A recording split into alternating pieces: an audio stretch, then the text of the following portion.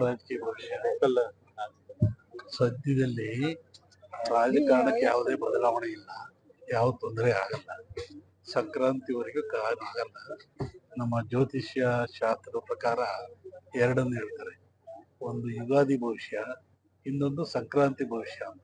ಯುಗಾದಿಯಲ್ಲಿ ಹೇಳ್ತಕ್ಕಂಥದ್ದು ಮಳೆ ಬೆಳೆ ಕೊರತೆಗಳು ತಾಪತ್ರೆಗಳು ಪ್ರಕೃತಿ ದೋಷ. ಸಂಕ್ರಾಂತಿ ಹೇಳ್ತಕ್ಕಂಥ ರಾಜರಿಗೆ ದೊಡ್ಡ ದೊಡ್ಡ ವ್ಯಾಪಾರಸ್ಥರಿಗೆ ಅದು ಸಂಕ್ರಾಂತಿ ಭವಿಷ್ಯ. ಈ ಸಂಕ್ರಾಂತಿವರೆಗೂ ರಾಜಕೀಯ ಭವಿಷ್ಯ ನೋಡಿಲ್ಲ ನಾನು, ಅಲ್ಲಿವರೆಗೂ ರಾಜಕೀಯದಲ್ಲಿ ಏನಾಗಲ್ಲ. ಈಗ ಪಾಕಿಸ್ತಾನದ ಅದ್ರ ಬಗ್ಗೆ ಏನ ನಾನು ಯುಗಾದಿಯಲ್ಲಿ ಮೊದಲೇ ಹೇಳಿದೆ, ಉತ್ತರದ ನಾಡಿನಲ್ಲಿ ಹಬ್ಬೀತು ಹಗೆಯ ಬೇಗೆ ಸುತ್ತುವರೆದು ಬರುವಾಗ ಜಗವೆಲ್ಲ ಕೂಳಾದೀತು. ನಾನು ಹೇಳಿದ ಒಂದು ವಾರದಲ್ಲಿ ಕಾಶ್ಮೀರದಲ್ಲಿ ಹಗೆ ಆಯಿತು, ಮೃತ್ಯು ಆಯಿತು. ಅದು ಎಲ್ಲ ಆಲ್ ಓವರ್ ಇಂಡಿಯಾ ಕವರ್ ಆಗುತ್ತೆ, ಮತ್ತೆ ಅದು ಜಗತ್ತಿನವರಿಗೆ ಹೋಗ್ತದೆ. ಬಹುದೊಡ್ಡ ಅಪಾಯ ಇದೆ. ಈ ವರ್ಷದಲ್ಲಿ ಮತಾಂಧತೆ ಹೆಚ್ಚಾಗ್ತದೆ, ಅದರಿಂದ ಒಂದು ದೊಡ್ಡ ಕಾಯಿಲೆ ಬರುತ್ತೆ.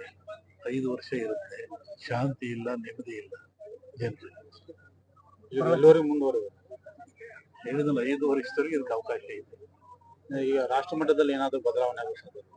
ಅರಸನ ಅರಮನೆಗೆ ಕಾರ್ಮೋಡ ಕವಿದಿತ್ತು. ಪ್ರಳಯ ಹೇಳಿದನಾಗುತ್ತೆ.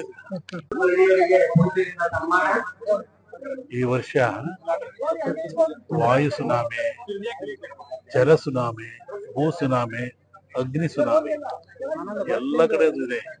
ಹಿಮಾಲಯ ಗೌರಿಶಂಕರ ಶಿಖರ ಶಿವಶಿವ ಎಂದಿತ್ತು. ಹಿಮಾಲಯ ಸುನಾಮಿ ಆಗ್ತದೆ, ಅದು ಡೆಲ್ಲಿಗೆ ಬರ್ತದೆ, ಎಲ್ಲ ಕಡೆ ಅರ್ತ್ಬೇಕಾಗ್ತದೆ, ಮಳೆ ಜಾಸ್ತಿ ಆಗ್ತದೆ. ಜಗತ್ತಿನ 3-4 ಜನ ರಾಜಕೀಯ ಮಹಾಧುರಂತರು ಅಪಮೃತ್ಯು ಹೊಂತಾರೆ. ಎಲ್ಲ ದೇಶಗಳು ತಲ್ಲಣಗೊಳ್ತವೆ. ವಿಪರೀತವಾದ ಬಿಸಿಲು, ಒಲೆ ಉರಿದರೆ ನಿಲ್ಲಬಹುದು, ದರಗಳು ನಿಲ್ಲಕ್ಕಾಗಲ್ಲ ಅಂತ ಬಿಸಿಲಿದೆ.